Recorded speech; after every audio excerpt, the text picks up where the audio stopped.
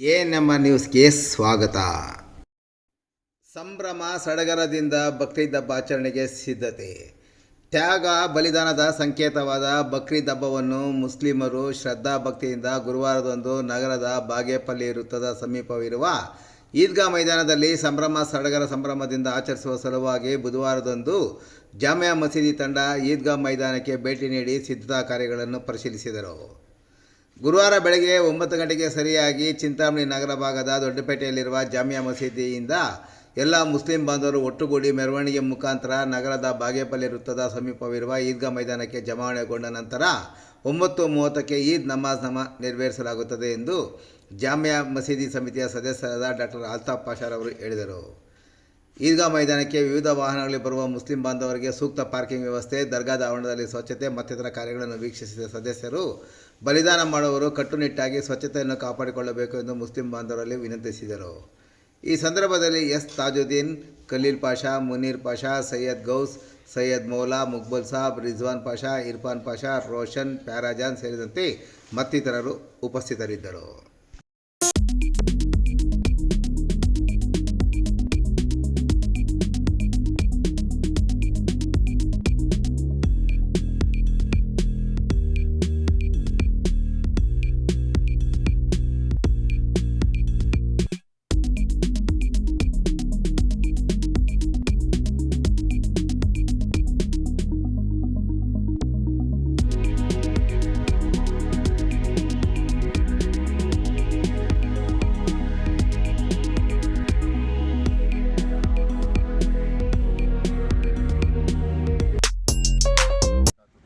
ಚಿಂತಾಮಣಿಯ Muslim ಬಾಂಧವರಿಗೆ, ಸಮಸ್ತ ಚಿಂತಾಮಣಿಯ Muslim ಬಾಂಧವರಿಗೆ ಬಕ್ರೀದ್ ಹಬ್ಬದ ಹಾರ್ದಿಕ ಶುಭಾಶಯಗಳು.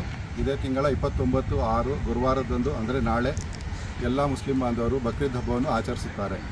ಈ ಹಬ್ಬವನ್ನು ಬೆಳಗ್ಗೆ 9 ಗಂಟೆಗೆ ಜಾಮಿಯಾ ಮಸೀದಿ ಹತ್ತಿರದಿಂದ ಬಿಟ್ಟು ಮೆರವಣಿಗೆಯು ಗಂಜನಾ ಸರ್ಕಲ್ ಮುಖಾಂತರ ಈದ್ಗಾ ಮೈದಾನದಲ್ಲಿ ಸುಮಾರು 9:30ಕ್ಕೆ ನಮಾಜನ್ನು ಆಚರಿಸುತ್ತಾರೆ. ಈ ನಮಾಜ್ನಲ್ಲಿ ಟೈಮ್ ಕರೆಕ್ಟಾಗಿ ಎಲ್ಲರೂ ಹಾಜರಾಗಿ ನಮಾಜ್ ಮಾಡಲು ಕೋರಲಾಗುತ್ತದೆ. ಬಕ್ರೀದ್ ಹಬ್ಬದ ವಿಶೇಷ ಏನೆಂದರೆ ಹಜ್ ಮಾಡುವುದು ಮತ್ತು ಎಲ್ಲರೂ ಒಟ್ಟುಗೂಡಿ ನಮಾಜ್ ಮಾಡುವುದು ಹಾಗೂ ಕುರ್ಬಾನಿ ಕೊಡುವುದು ಈ ಹಬ್ಬದ ವಿಶೇಷವಾಗಿರುತ್ತದೆ. ಕುರ್ಬಾನಿ ಕೊಡುವ ಮುಸ್ಲಿಂ ಬಾಂಧವರು ವಿಶೇಷವಾಗಿ ಕುರ್ಬಾನಿ ಕೊಡುವವರು ತಮ್ಮ ಮನೆಯ ಅಕ್ಕಪಕ್ಕ ಹಾಗೂ ಬೇರೆ ತೊಂದರೆ ಆಗದಂಗೆ ಸ್ವಚ್ಛತೆಯನ್ನು ಕಾಪಾಡಬೇಕಾಗಿ ಕೋರಲಾಗುತ್ತದೆ.